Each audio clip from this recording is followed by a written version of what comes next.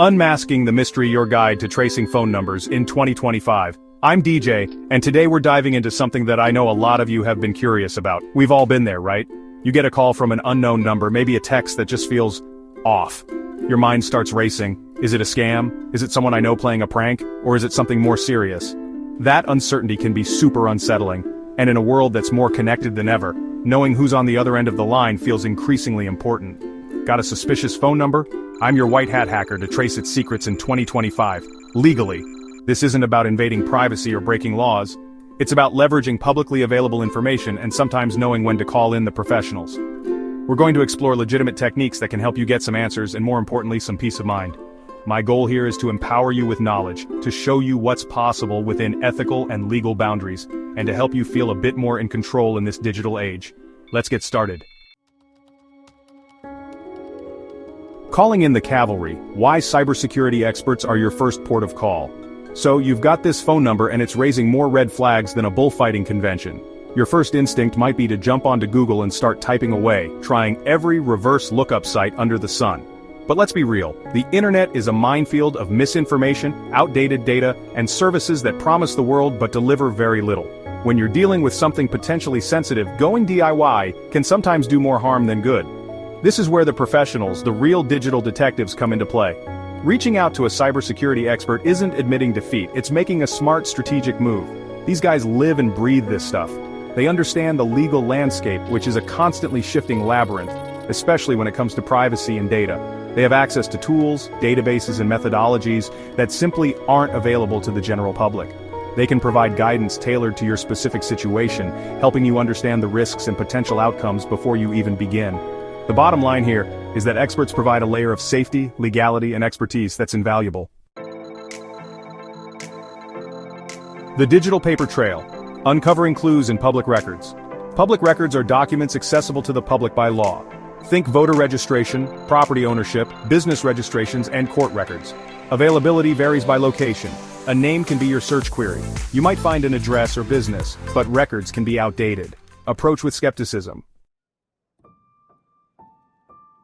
Chapter 3. Location carrier services, but only with consent. Using carrier services to get location data is fascinating but fraught with ethical and legal tripwires. Obtaining location data without explicit, informed consent is a huge no-go. It's illegal, a massive invasion of privacy, and just plain wrong. With consent, like a family safety app, carriers can triangulate a phone's location. GPS makes it even more precise. These services have built-in consent mechanisms. Remember, with great power comes great responsibility, starting with explicit consent. Chapter 4. The social web, investigating shared accounts, linked to a number. Let's talk about the digital footprints we leave through shared accounts. How many services ask for your phone number these days? It's used for verification, two-factor authentication, and password recovery. A phone number can lead to publicly visible information. This is not about hacking into private accounts. Look for connections that are publicly visible or you have access to. Adding a number to contacts might show a profile picture or status. People often use the same username across platforms. Always prioritize privacy, yours and others. Chapter 5.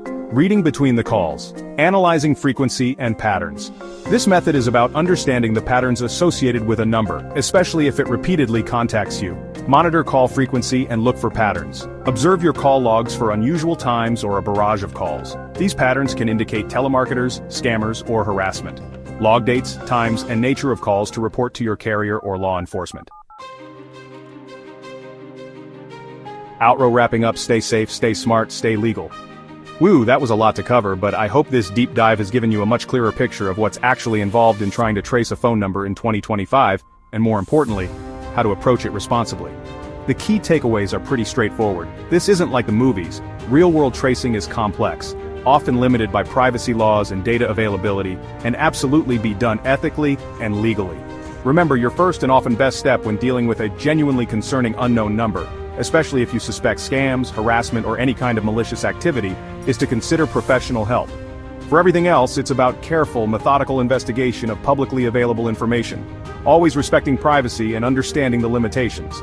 Ultimately, knowledge is power. Need to trace a number? Hit the pinned comment for adamcybersecurities@gmail.com. Like, subscribe, and let's uncover the truth. Thanks for watching, stay safe out there in the digital world, and I'll catch you in the next video. Don't forget to drop your questions and experiences in the comments below, let's keep the conversation going.